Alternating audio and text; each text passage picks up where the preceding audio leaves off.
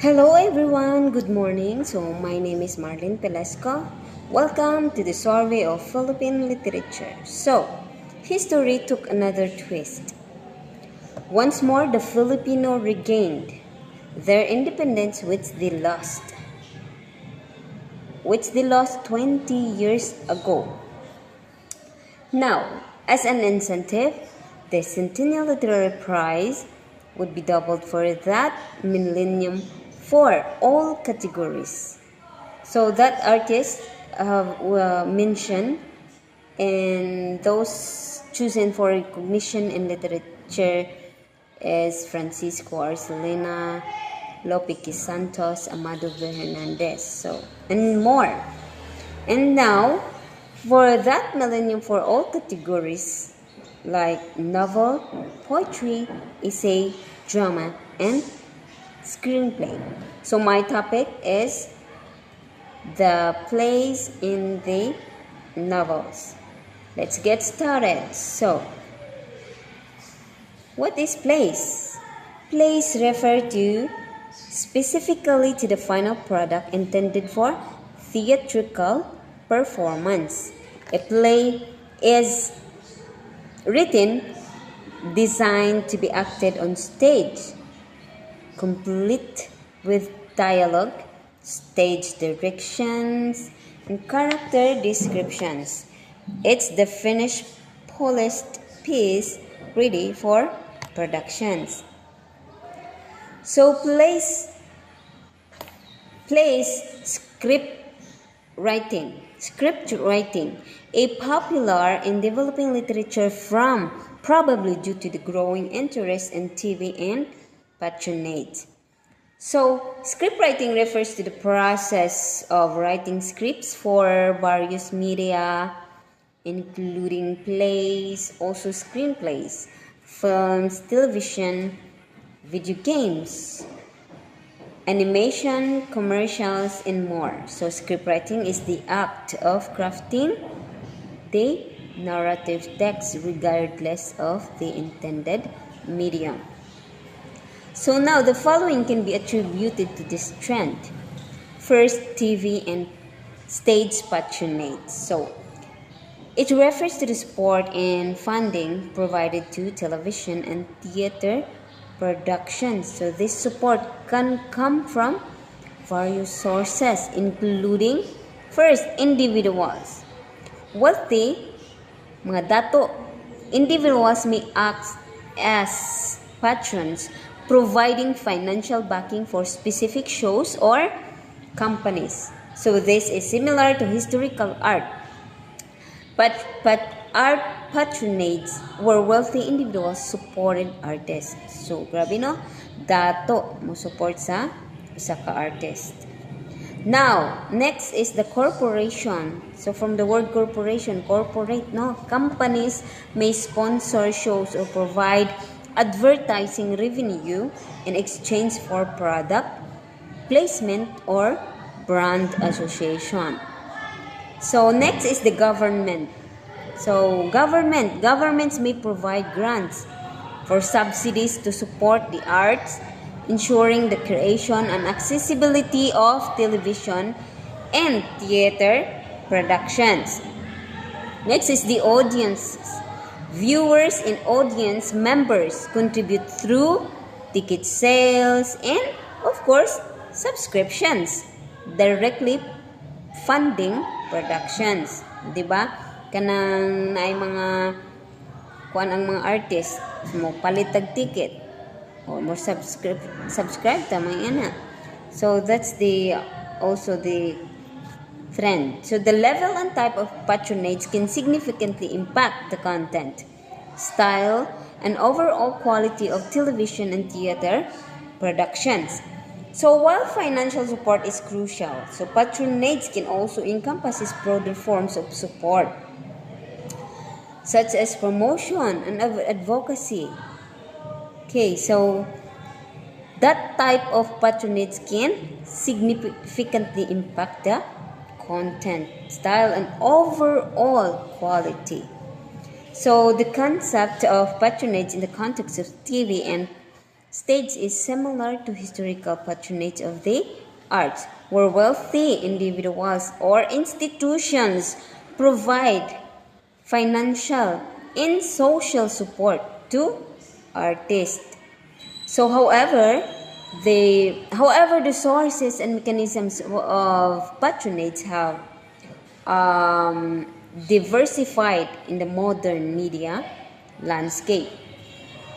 So here the second, theater groups like Dramatis Persona, PETA, Philippine Educational Theater Association, Dulaang UP, CCPD Drama, Tech Arts Division Teatros Tilicine, Gantimpala Theater Foundation, mobile or touring children's theater groups.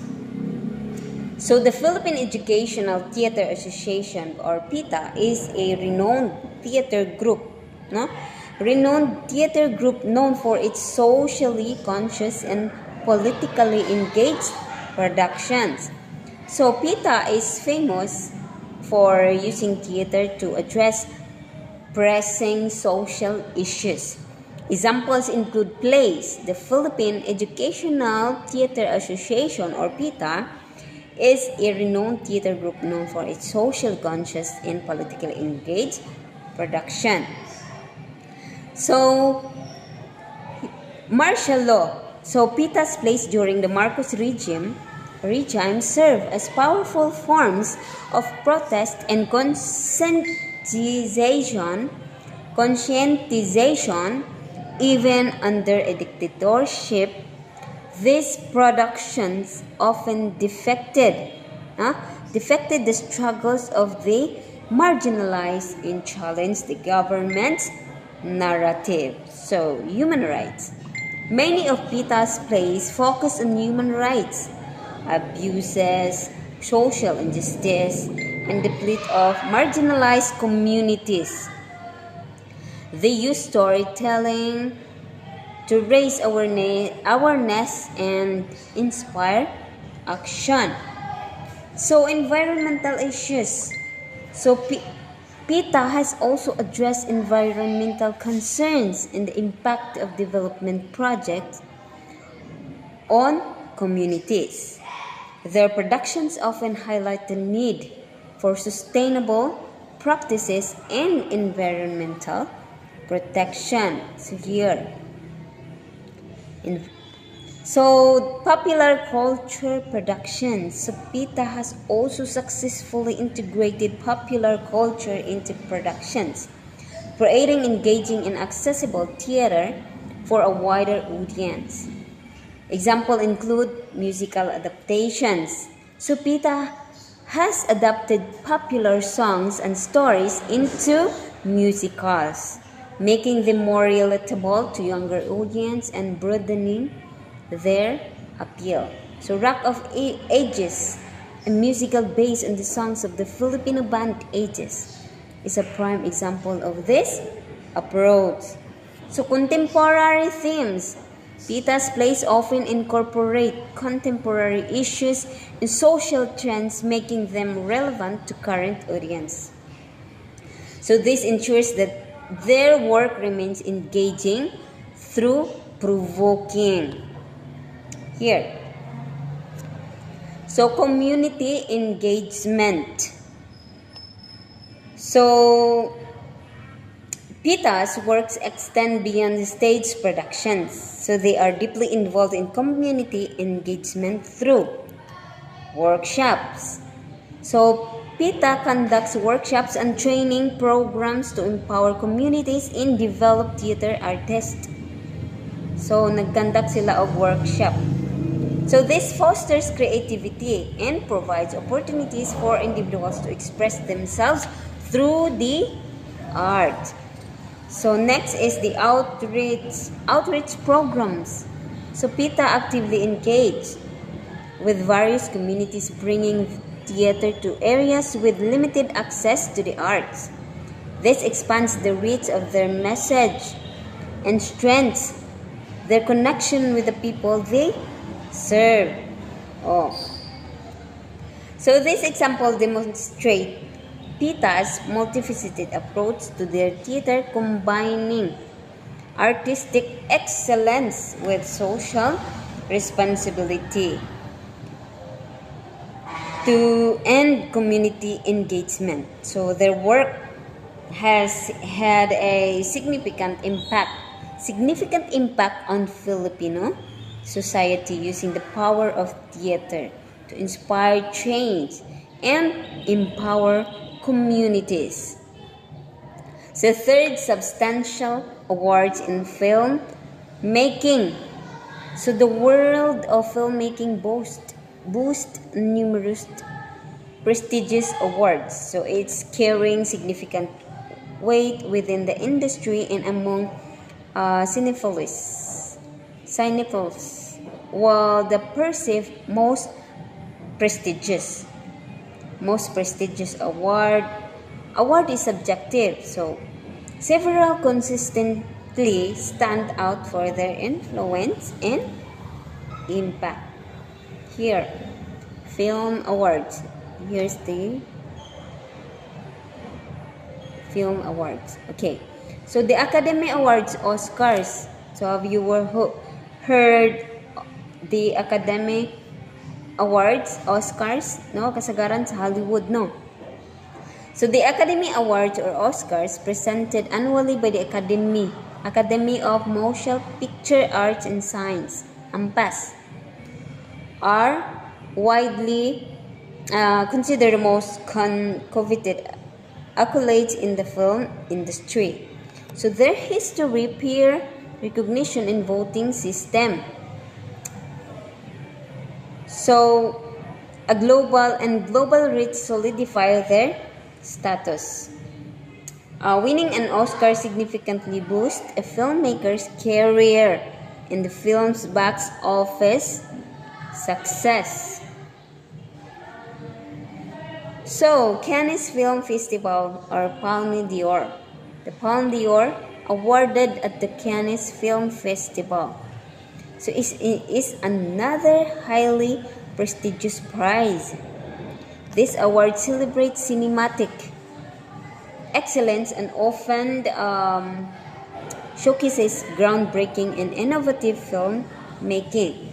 So, winning the Palme d'Or can propel a filmmaker to international recognition. So, next is BAFTA. So, another substantial award in filmmaking is BAFTA Awards. So the British Academy Film Awards, BAFTA, held annually in London, are highly respected and often seen as a precursor to the Oscars. The awards recognize both British and international films, and winning a BAFTA significantly enhances a film's profile. So another substantial award or another notable awards. Beyond these top three, several other awards hold substantial importance. So these include the Golden Globe Awards, known for their influence on Oscar nominations, the Critics' Choice Awards, which reflect critical consensus. So numerous international film festivals such as Sundance and Berlin also award prizes that significantly impact a filmmaker's career. So the significance of awards. Film awards serve as more than just accolades. They influence box office success, career trajectories, and the overall cinematic landscape. So winning prestigious awards can open doors to funding, collaborations, and wider distribution, ultimately shaping the future of filmmaking. So imagine film awards serve as more than just accolades. They influence box office success, career trajectories, and the overall cinematic landscape. So now the expansion to cater to children's needs, Batibot ang Tanghalang Pambata. So in TV5's Batibot ang Tanghalang Pambata represent significant efforts to provide quality children's programming in the Philippines. So their expansion strategies focus on educational content, engaging formats, and adapting to evolving children's needs. So, Batibot's expansion and evolution. So, initially, a co-production with the Children's Television Workshop, CTW, creators of Sesame Street, Batibot later became an entirely Filipino production. Its evolution involved adapting to changing times and technologies. So the 2010 revival on TV5 featured new characters, updated sets, and a focus on modern life skills. So these include incorporating research-based curricula to ensure educational value. So the show also leverage modern technology, using virtual sets and incorporating a mobile app to reach children beyond television. So, Batibot. So the show's success is rooted in its ability to blend entertainment with education, creating a lasting impact on generations of Filipino children. So the use of beloved characters and catchy songs further enhances its appeal. Now, so Tanghalang Pambata's contribution. So while specific details on Tanghalang Pambata's expansion strategies are limited in the provided text, its focus on children's theater suggests a commitment to creative and engaging learning experiences. So this form of entertainment encourages active participation and fosters imagination and creativity. So it likely complements Batibot's television-based approach by offering different interactive learning environment. So overall impact, both Batibot and Tanghalang Pambata demonstrate a commitment to providing enriching experiences for Filipino children. So by adapting to changing needs and incorporating modern technologies, they effectively cater to a younger generation while preserving the core values of education and entertainment. So their combined efforts contribute significantly to the development of Filipino children's cognitive, social, and emotional skills. So the popularity of Taglish, a linguistic blend reaching the masses. So Taglish, a blend of Tagalog and English, has become increasingly popular in the Philippines, permitting everyday conversations, media, and particularly popular music. Its prevalence reflects the country's linguistic landscape and cultural hybridity. So Taglish and popular culture, P-pop, and beyond. So the rise of Taglish notably evident in the Philippine pop music, P-pop. So artists utilize Taglish to broaden their appeal. So reaching audiences fluent in either Tagalog or English or both. So this linguistic flexibility allows for wider reach and resonates with the diverse linguistic backgrounds of Filipinos. So the rise of Filipino pop music in the global stage, the unique characteristics of P-pop, the impact of P-pop music in the music industry, so the potential for future growth. So Taglish reads beyond music. However, Taglish influence extends beyond the music industry. it prevalent in every conversations, particularly among younger generations, and is commonly found in various media forms. So this widespread use indicates its acceptance and the integration into mainstream communication. Controversy and debate. So while Taglish enjoys widespread popularity, its use isn't without controversy.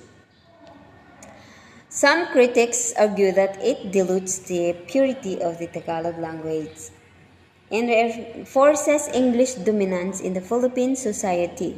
So conversely, proponents view it as a natural evolution of the language, reflecting the dynamic nature of Filipino communication and enabling broader accessibility. So in conclusion, Taglish popularity demonstrates the evolving nature of language in multilingual society. Its use in P-pop and other media highlights its role in bridging linguistic divides and reaching a wider audience, of course. So, while debate surrounding its impact on language purity persists, its widespread adaptation points to its enduring presence in contemporary Filipino communication. So, let's move on to the notion of seeking popularity and ratings through exposure. So, the notion of seeking popularity and ratings through exposure is a complex one, encompassing various aspects of human behavior and societal structures. It's driven by a combination of psychological needs, social dynamics, and the influence of technology. Imagine influence of technology. Here are psychological factors. The influence of technology, psychological factors, validation and self-esteem. A fundamental human need is validation. So popularity and high ratings can provide a sense of self-worth and boost self-esteem. So positive feedback reinforces the belief that one is valuable and accepted. In social belonging, humans are social creatures. Popularity often equates to belonging to a group or community, so providing a sense of connection and reducing feelings of loneliness or isolation. Another, an attention-seeking behavior. So the desire for attention is common human trait. So exposure, whether through social media or other means, offers platform to garner attention and feel seen. Next is fear of missing out, FOMO. In today's interconnected world, FOMO plays a significant role. The constant exposure to others' seemingly perfect lives can fuel a desire to achieve similar levels of popularity and recognition to avoid feeling left out. So next is social dynamics. Social comparison. So we constantly compare ourselves to others. So exposure to others' achievements and popularity can trigger upward social comparison, motivating individuals to strive for similar levels of recognition. Next is social influence. Popularity often influences societal norms and values. So people may seek popularity to conform to these norms or to gain social influence and power within a group. So another competition. In many social settings, competition for attention and recognition first. So exposure becomes a tool to compete and stand out from the crowd. So let's move on to technological influences. So social media. Platforms like Instagram, TikTok, and YouTube have amplified the pursuit of popularity and ratings. So these platforms provide a direct avenue for exposure and other quantifiable metrics like followers, likes, and views. So we'll know social media. We have the TikTok, YouTube, and another platforms. So that we expose and or it offer quantifiable metrics like followers, kadaghanay followers, likes, and views. So rating systems. Many online platforms incorporate rating systems, creating culture of evaluation and judgment. So individuals are motivated to improve their ratings to enhance their online presence and reputation. So algorithm or reinforcement.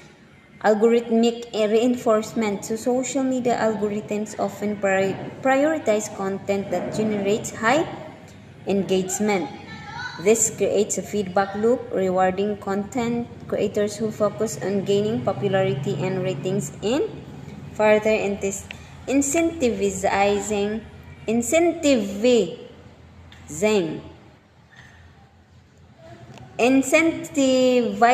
the behavior. So og sige ka og engage, and then you generate high engagement or high quality videos in mapansin mo ni algorithm.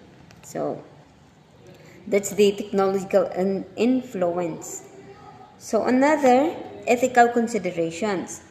So ethical considerations of pursuit of popularity and ratings through exposure is not without ethical concerns. So this includes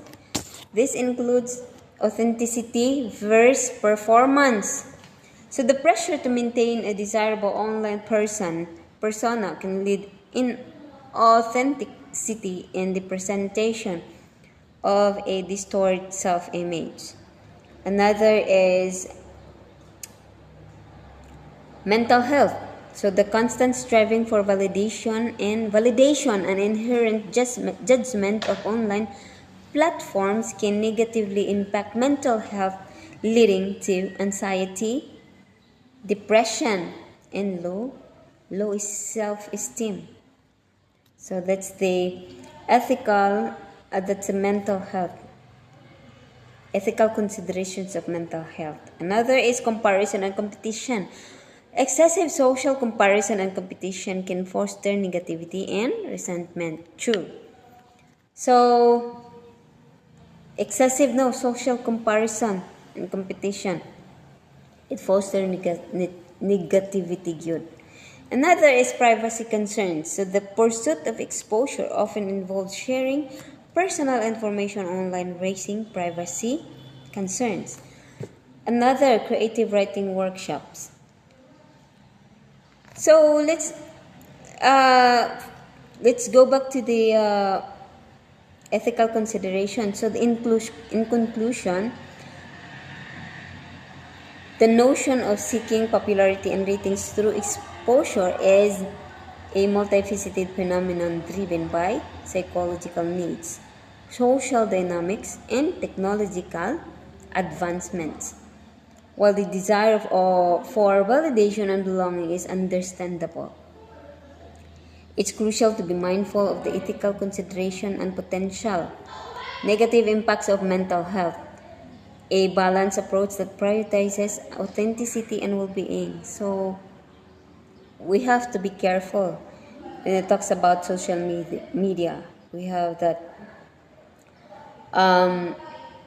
ethical concern. So next is creative writing workshops. So creative writing workshops offer a supportive environment for aspiring and experienced writers to hone their craft.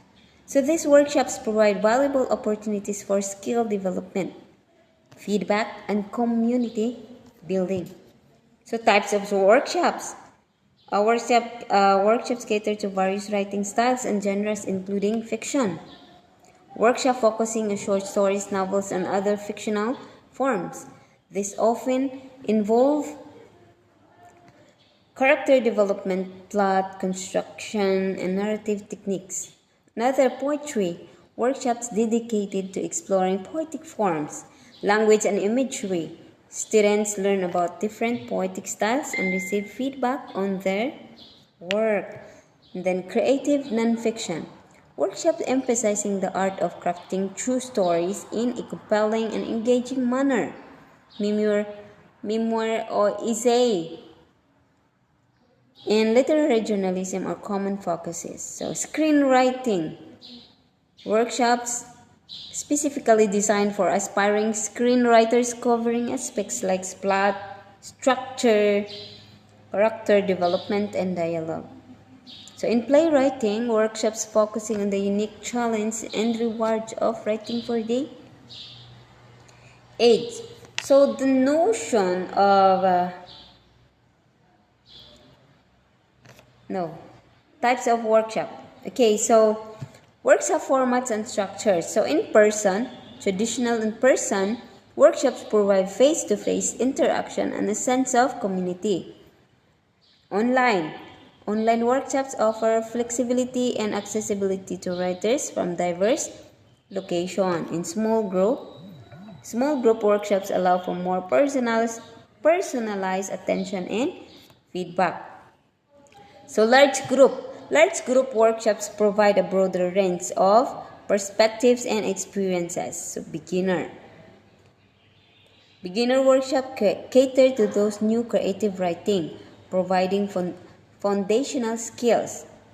Advanced workshops are designed for writers with prior experience, focusing on refining techniques and exploring advanced concepts. So what is the benefits of attending of creative writing workshop? So of course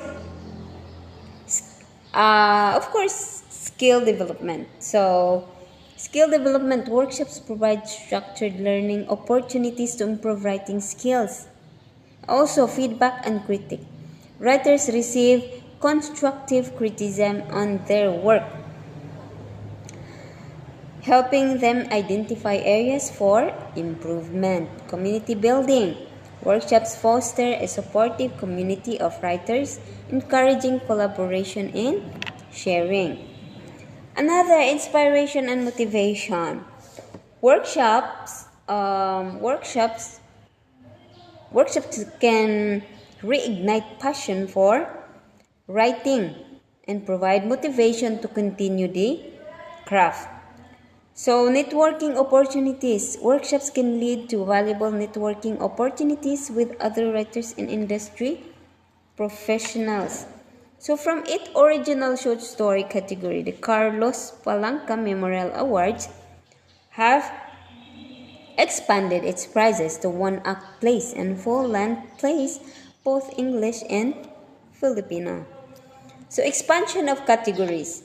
The awards established in 1950, initially only short stories written in English and Filipino. However, recognizing the need to promote diverse literary forms, the Palanca Awards added new categories. One act introduced in 1953, full-length plays added in 1975. So in language inclusion, the awards consistently included both English and Filipino, Tagalog as eligible languages. So this bilingual approach fostered the growth of Filipino literature and celebrated the country's linguistic diversity.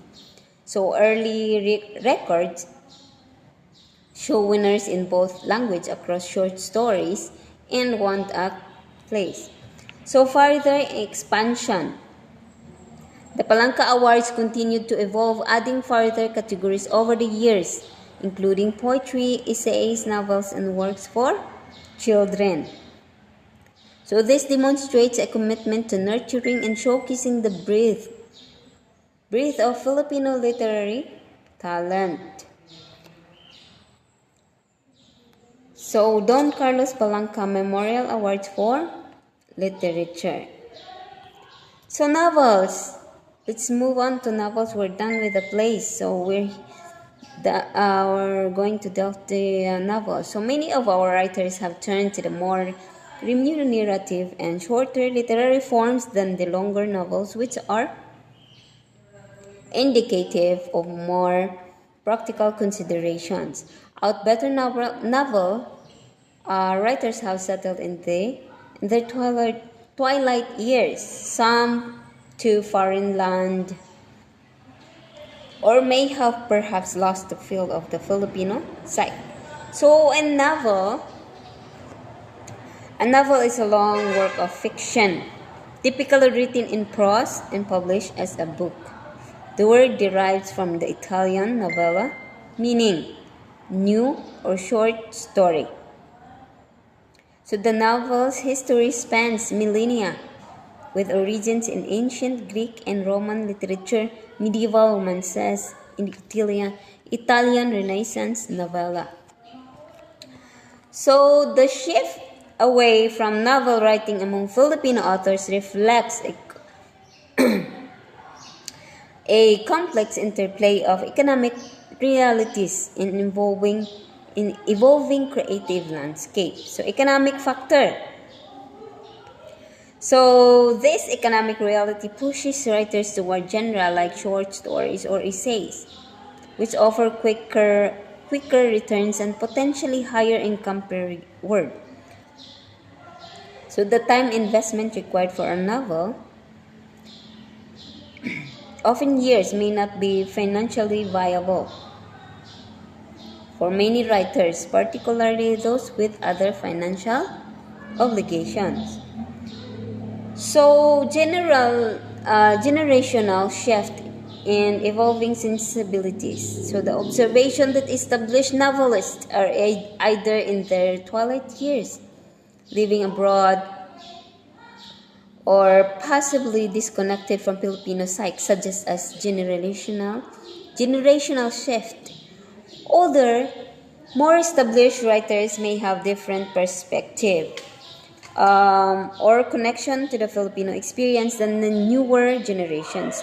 So this could lead to a perceived gap in the representation of the Filipino identity in contemporary novels. So the changing social and political landscape also influences the themes and styles of younger writers, potentially leading them towards different forms of expression. So, in conclusion, the decline in novel writing among Filipino authors is likely a multifaceted issue stemming from financial pressures, generational differences, and evolving literary trends, while shorter forms may offer immediate economic benefits. So the potential loss of longer, more nuanced narratives about the Filipino experience warrants attention. So I hope you learn about my topic, and that's the history that took another twist. So that's all for my report. Thank you.